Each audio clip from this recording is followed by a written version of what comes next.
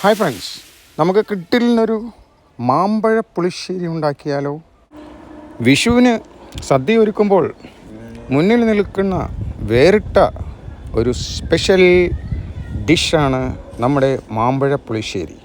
മധുരവും എരിവും പുളിയും എല്ലാം കലർന്ന, എല്ലാ രുചികളും കലർന്ന വ്യത്യസ്തമായ ഒരു വിഭവം. മാമ്പഴം നന്നായി കഴുകി അതിലെ തോലുകൾ മാത്രം ചെത്തിയെടുത്ത് അത് ഓരോന്നും ഒരു പാത്രത്തിലേക്ക് അടുക്കി വെച്ച്, മൺചട്ടിയാണ് ഉത്തമം.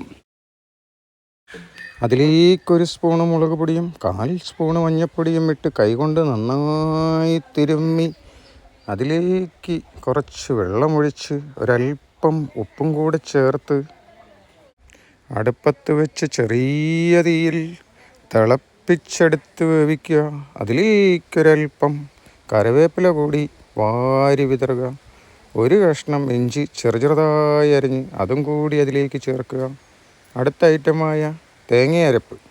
തേങ്ങ ചിരവാനുള്ള സമയമില്ല.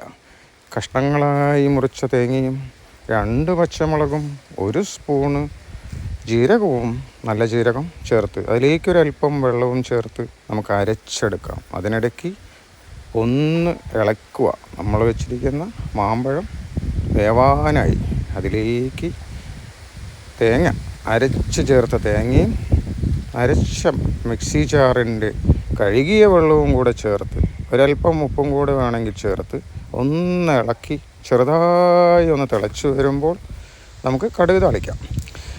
കടുക് താളിക്കാനായി ഒരു പാത്രത്തിൽ കുറച്ച് ഓയിലിട്ട് അതിലേക്ക് കടുകിട്ട് കുറച്ച് ഉലുവയും കൂടെ ചേർത്ത് അതിലേക്ക് 2 വറമുളകും 2 ചെറിയുള്ളിയും ചെറുതായി അരിഞ്ഞ 2 ചെറിയുള്ളിയും 2 വറമുളകും കുറച്ച് കറിവേപ്പിലയും കൂടെ ചേർത്ത് നമുക്ക് താളിച്ചെടുക്കാം.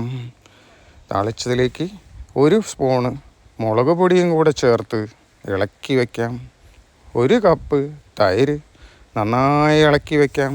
നമ്മുടെ മാമ്പഴം പുളിശ്ശേരി ഒന്ന് തണുത്ത ശേഷം അതിലേക്ക് ഈ തൈര് മിക്സ് ചെയ്ത് ഒന്ന് ഇളക്കുക.